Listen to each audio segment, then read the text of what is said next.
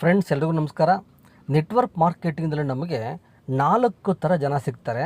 ಅದು ನಮಗೆ ಗೊತ್ತಿರಬೇಕು. ಯಾಕೆಂದರೆ ಯಾರು ಬಿಸ್ನೆಸ್ ಮಾಡ್ತಾರೆ, ಯಾರು ಬಿಸ್ನೆಸ್ ಮಾಡೋದಿಲ್ಲ ಅನ್ನೋದು ಈ ಒಂದು ಉದಾಹರಣೆ ಸಮೇತ ನಾನು ನಿಮಗೆ ಹೇಳೋಕ್ಕೆ ಇಷ್ಟಪಡ್ತೀನಿ.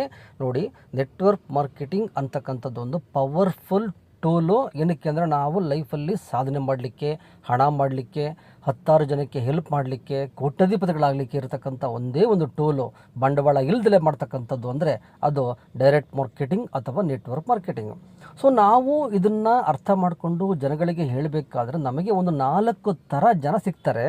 ಅದರಲ್ಲಿ ಒಂದು ಎಕ್ಸಾಂಪಲ್ಲು, ಹಸಿ ಸೌದೆ ಥರ ಜನ ನಮಗೆ ಸಿಗ್ತಾರೆ. ಇವ್ರು ಹೇಗೆ ಅಂದರೆ, ನೀವು ಎಲ್ಲಿವರೆಗೂ ಸೀಮೆಣ್ಣೆ ಹಾಕ್ತೀರಾ ಅಲ್ಲಿವರೆಗೂ ಉರಿತಾರೆ, ಎಲ್ಲಿವರೆಗೂ ಪೆಟ್ರೋಲ್ ಹಾಕ್ತೀರಾ ಅಲ್ಲಿವರೆಗೂ ಉರಿತಾರೆ, ಎಲ್ಲಿವರೆಗೂ ಒಂದಷ್ಟು ಪುರುಳೆಯನ್ನು ಜೊತೆಲಿ ಹಾಕ್ತೀರಾ ಅಲ್ಲಿವರೆಗೂ ಮಾತ್ರ ಉರಿತಾರೆ. ಆ ಸೀಮೆಣ್ಣೆ ಪವರ್ ಖಾಲಿ ಆದ ಮೇಲೆ ಅವರು ಕೆಲಸವನ್ನು ನಿಲ್ಲಿಸ್ಬಿಡ್ತಾರೆ.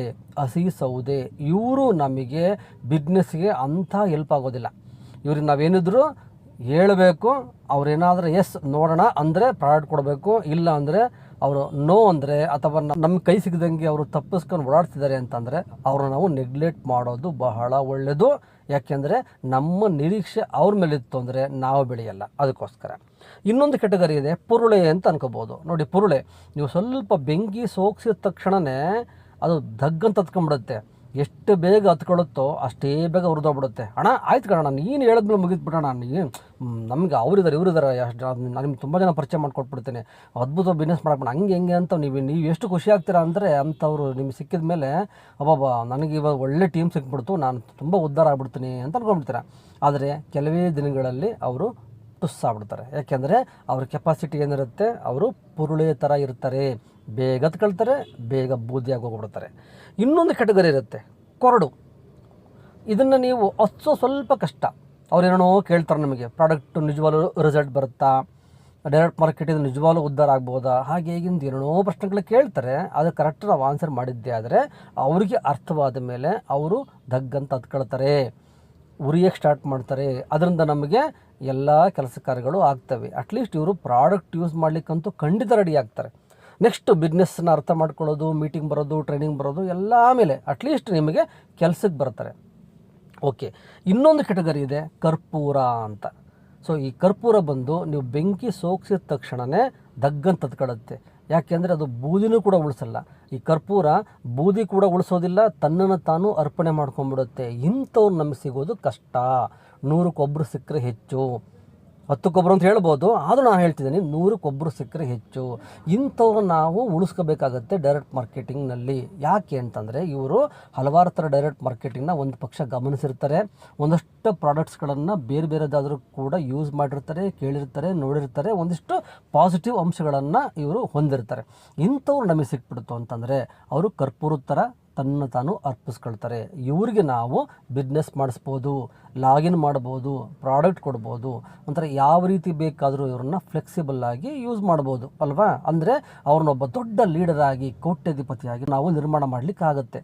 ಇದು ನಮಗೆ ಡೈರೆಕ್ಟ್ ಮಾರ್ಕೆಟಿಂಗ್ನಲ್ಲಿ ಗೊತ್ತಿರಬೇಕಾದಂಥ ವಿಚಾರ. ಯಾಕೆಂದರೆ ಸುಮ್ಮನೆ ಕಣ್ಣು ಮುಚ್ಕೊಂಡು ಕಲ್ಲು ಹೊಡೆದಂಗೆ ಹೋಗೋದು ಹೇಳೋದು, 10 ಜನಕ್ಕೆ ಹೋಗಿ ಹೇಳ್ತೀರಿ, 10 ಜನ ನಿಮ್ಗೆ ಸರಿಯಾಗಿ ರೆಸ್ಪಾನ್ಸ್ ಮಾಡಲ್ಲ ಅಂತಂದಾಗ ನಮ್ಮ ಮೋಟಿವೇಶನ್ನು ಕಮ್ಮಿ ಆಗಿಬಿಡುತ್ತೆ. ಆವಾಗ ಬಿಸ್ನೆಸ್ ಆಡೋದು ಯಾರ್ದು, ನಮ್ಮದು ಅವ್ರದ್ದು?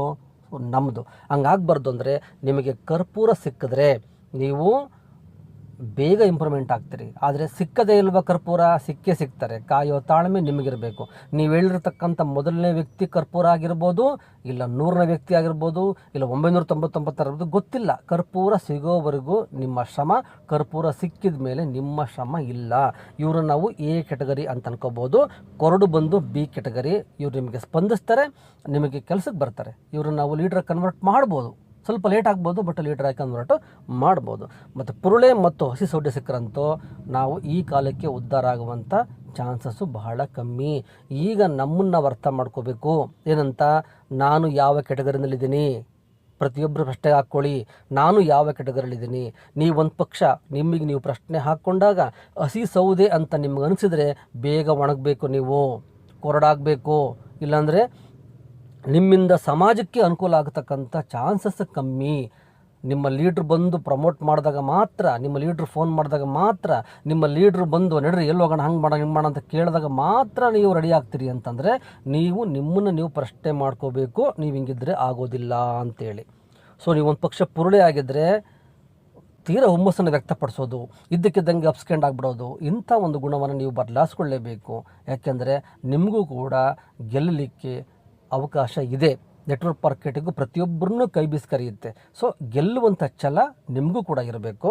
ಆದ್ದರಿಂದ ನಾನು ಹೇಳೋದು, ಬೇರೆಯವ್ರನ್ನ ನಾವು ಕರ್ಪೂರ ಕೊರಡನ್ನ ಹುಡುಕೋದಕ್ಕಿಂತ ಮುಂಚೆ ನಾನು ಕರ್ಪೂರನ, ನಾನು ಕೊರಡ, ನನಗೆ ಯಾವ ಕೆಪಾಸಿಟಿ ಇದೆ, ನನ್ನಲ್ಲಿ ಏನಾದರೂ ವೀಕ್ನೆಸ್ ಇದ್ದರೆ ನಾನು ಯಾವ ರೀತಿ ಅದನ್ನು ಚೇಂಜ್ ಮಾಡ್ಕೋಬೇಕು ಅನ್ನೋದ್ರ ಬಗ್ಗೆ ನಾವು ನಮ್ಮಲ್ಲಿ ಮನನ ಮಾಡ್ಕೋಬೇಕು ಅಂತ ಹೇಳ್ತಾ ಇವತ್ತಿನ ಟ್ರೈನಿಂಗ್ ಪ್ರೋಗ್ರಾಮ್ನ ಮುಗಿಸ್ತಿದ್ದೀನಿ. Thank you very much.